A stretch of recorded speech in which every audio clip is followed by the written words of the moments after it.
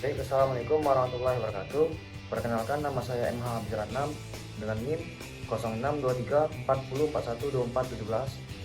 Perkenalkan, nama saya Eri dengan NIM 062340412409. Di sini kami dari kelas 4 IPB akan menjelaskan tentang kompresor. Berikut penjelasan singkat tentang kompresor. Kompresor adalah alat yang berfungsi untuk meningkatkan tekanan gas atau udara. Prinsip kerjanya adalah dengan mengurangi volume gas, sehingga tekanannya meningkat. Kompresor bekerja dengan prinsip dasar menghisap udara bebas, lalu menekannya ke dalam ruang tertutup hingga menghasilkan tekanan tinggi. Udara bertekanan ini lalu digunakan untuk berbagai kebutuhan. Selanjutnya, cara kerja kompresor. Secara umum, kompresor mengikuti alur kerja yang terdiri dari 3 tahap. Yang pertama itu intake, pengisian udara. Udara dari lingkungan sekitar masuk ke ruang kompresi melalui katup hisap. Motor penggerak memulai putaran atau gerakan piston untuk menciptakan ruang hampa parsial yang menarik udara masuk. Yang kedua, compression, pemampatan udara. Udara yang masuk kemudian dipampatkan. Pada kompresor piston, piston bergerak naik untuk menekan udara. Pada kompresor screw, 2 rotor berputar dan memampatkan udara di antaranya. Semakin kecil ruang, semakin tinggi tekanan udara. Yang ketiga, discharge, pengeluaran udara.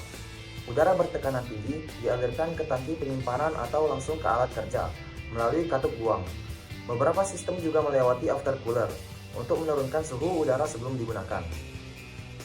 Berikut demonstrasi alat-alat kompresor. Yang pertama, kompresor reciprocating piston. Kompresor ini menggunakan piston yang bergerak naik turun di dalam silinder untuk menghisap dan memampatkan udara. Gerakan bolak-balik piston ini digerakkan oleh poros engkol. Prinsip kerjanya mirip dengan pompa sepeda.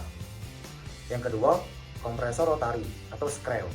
Kompresor ini menggunakan 2 rotor berulir, screw, yang berputar berlawan arah untuk menghisap dan memampatkan udara.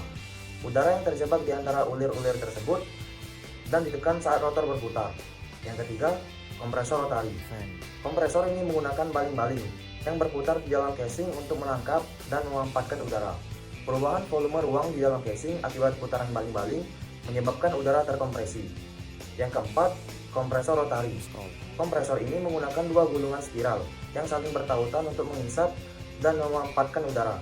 Gerakan spiral ini menciptakan ruang yang mengecil sehingga udara terkompresi. Dan yang kelima, kompresor sentrifugal.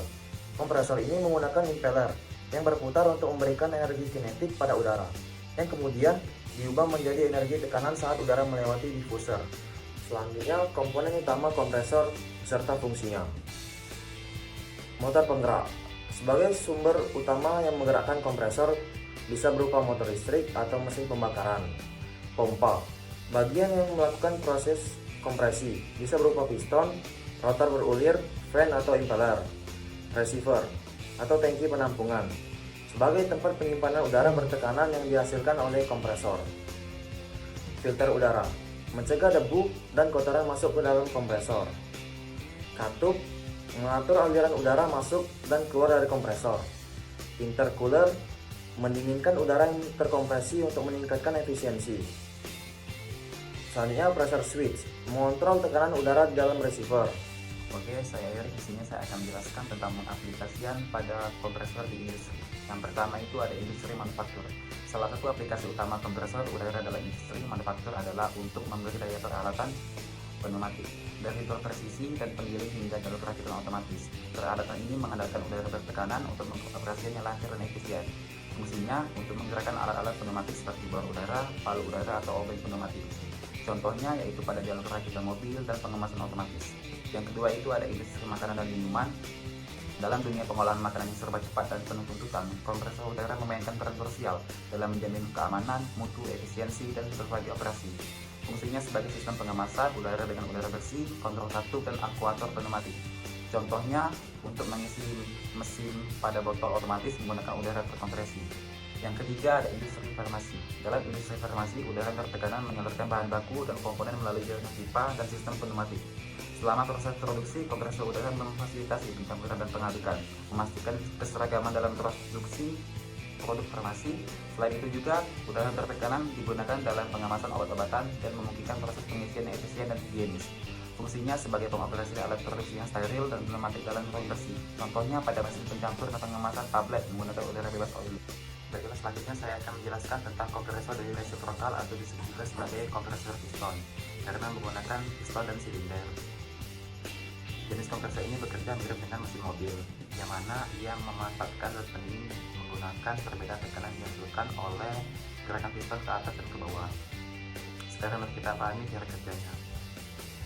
Pada mesin ini, ia terdiri dalam 4 langkah. Yang pertama langkah hisap, langkah kompresi, langkah pembuangan, dan langkah balik. Pada langkah hisap, piston bergerak dari ke bawah dan ke atas silinder.